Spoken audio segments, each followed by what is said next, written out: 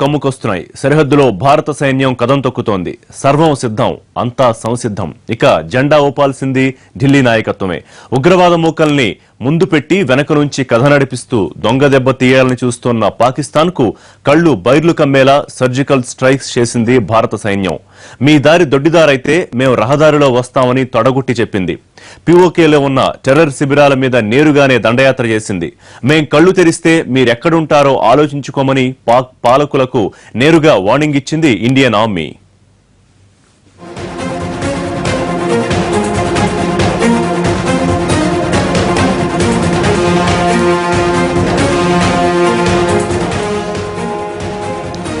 భారత సైన్యం చేసిన సర్జికల్ స్ట్రైక్స్ తో పాకిస్తాన్ పరిస్థితి మింగలేక కక్కలేక అన్నట్టు తయారైంది. భారత్ ధ్వంసం చేసింది ఉగ్రవాద శిబిరాలను.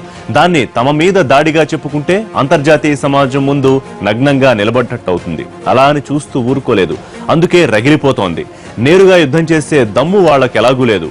దొంగ దెబ్బలకు అలవాటు పడ్డ ప్రాణాలు మరోసారి ఆ తరహా వ్యూహాలకే పదును పెడతాయన్న అంచనాతో అన్ని విధాలా అలర్ట్ అయింది భారత ప్రభుత్వం.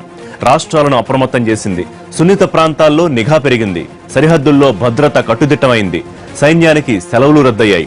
దేశ రక్షణలో అత్యంత కీలకమైన తూర్పు నౌకాదళం పూర్తి స్థాయిలో సన్నద్ధమైంది. సముద్ర జలాల్లో పహారా పెరిగింది. ప్రతి చిన్న బోట్ను కూడా డేగ కళ్లతో పరిశీలిస్తున్నాయి నేవీ కోస్టల్ గార్డ్స్. పరోక్ష దాడులను ఎదుర్కొనేందుకు అంతర్గత భద్రతను కట్టుదిట్టం చేస్తూనే భారత త్రివిధ దళాలు పూర్తి స్థాయిలో యుద్ధానికి సన్నద్ధమయ్యాయి. రాజకీయ నాయకత్వం ఒక నిర్ణయం తీసుకుంటే రెప్పపాటులో దూసుకుపోయేందుకు సరిహద్దుల్లో సిద్ధంగా ఉన్నాయి భారత బలగాలు.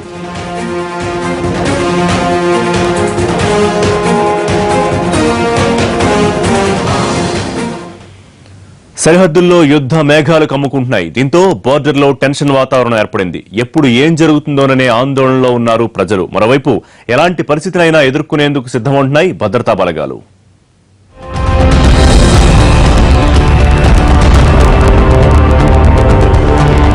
భారత్ పాక్ సరిహద్దుల్లో ఇప్పుడంతా టెన్షన్. సర్జికల్ స్ట్రైక్ తో ఒక్కసారిగా సీన్ మారిపోయింది. ఇప్పుడంతా అక్కడ ఉద్రిక్తత పరిస్థితులు. దీంతో సరిహద్దు నుంచి 10 కిలోమీటర్ల మేర గ్రామాలను ఖాళీ చేయించాలని ఆయా రాష్ట్ర ప్రభుత్వాలని కేంద్ర హోంమంత్రి రాజ్నాథ్ కోరారు. దీంతో ఏదో జరుగుతోందని ఆందోళన చెందుతున్నారు ప్రజలు.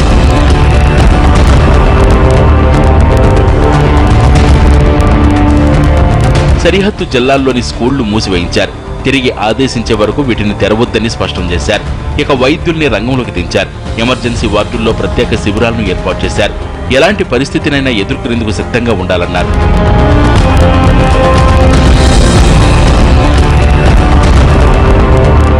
కాశ్మీర్లోనూ ఇదే పరిస్థితి.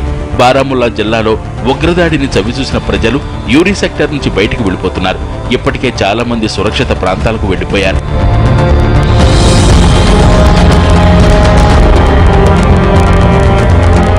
సరిహద్దుల్లో ఉద్రిక్తతల వేళ సైనికుల సెలవుల్ని రద్దు చేశారు. బోర్డర్ వెంబడి హై అలర్ట్ ప్రకటించారు. రాజస్థాన్, గుజరాత్, పంజాబ్, జమ్మూలో బీఎస్ఎఫ్ దళాలు పూర్తి స్థాయిలో అప్రమత్తంగా ఉండాలని ఆదేశించింది కేంద్రం. ఇటు వాగా సరిహద్దులో జరిగే బీటింగ్ రిట్రీట్ కార్యక్రమాన్ని రద్దు చేశారు.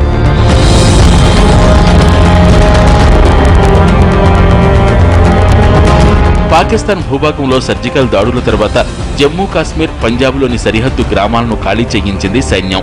గ్రామస్తులను సురక్షిత ప్రాంతాలకు తరలించింది. తట్టాబుట్టా సర్దుకుని సహాయ శిబిరాలకు వెళ్లారు గ్రామస్తులు. పాక్ సైన్యం మోటార్ దాడులు చేయవచ్చని భారత ప్రభుత్వం అనుమానిస్తోంది. తాజా దాడులకు ప్రతీకారంగా తీవ్రవాదులు ఆత్మాహుతి దాడులు చేయవచ్చనే అనుమానంతో హై అలర్ట్ ప్రకటించారు. గతంలో తీవ్రవాద దాడులు జరిగిన గురుదాస్పూర్, పఠాన్కోట్తో పాటు జమ్మూ కాశ్మీర్లోని పూంచ్ సెక్టార్లో గ్రామాలను ఖాళీ చేయించారు. యుద్ధ మేఘాలు కమ్ముకుంటోన్న టైంలో పాకిస్తాన్తో ఉన్న సరిహద్దు గ్రామాలను ఖాళీ చేయిస్తోంది ఇండియన్ ఆర్మీ. జమ్మూ కాశ్మీర్లోని సాంబా సెక్టర్, ఆర్ఎస్ పురా ఏరియాల్లోని ఊళ్ల ప్రజలను సురక్షిత ప్రాంతాలకు తరలించారు. ఇప్పుడు ఈ ఊళ్లన్నీ 100% సైన్యం అధీనంలోకి వచ్చాయి. ఇక్కడ జవాన్ల పర్మిషన్ లేకుండా అడుగు ముందుకు పడ్డానికి వీల్లేదు. చీమ చిటుక్కుమన్నా తెలిసిపోయేంత నిఘా కొనసాగుతోంది. పంజాబ్ లో కూడా సరిహద్దు గ్రామాలు ఖాళీ అవుతున్నాయి. తట్టాబుట్టా సర్దుకుని ఇతర ప్రాంతాలకు తరలిపోతున్నారు ప్రజలు. ఇన్నాళ్లు బిక్కుబిక్కుమంటూ గడిపిన ప్రజలకు ఇప్పుడు టెన్షన్ మరింత పెరిగింది.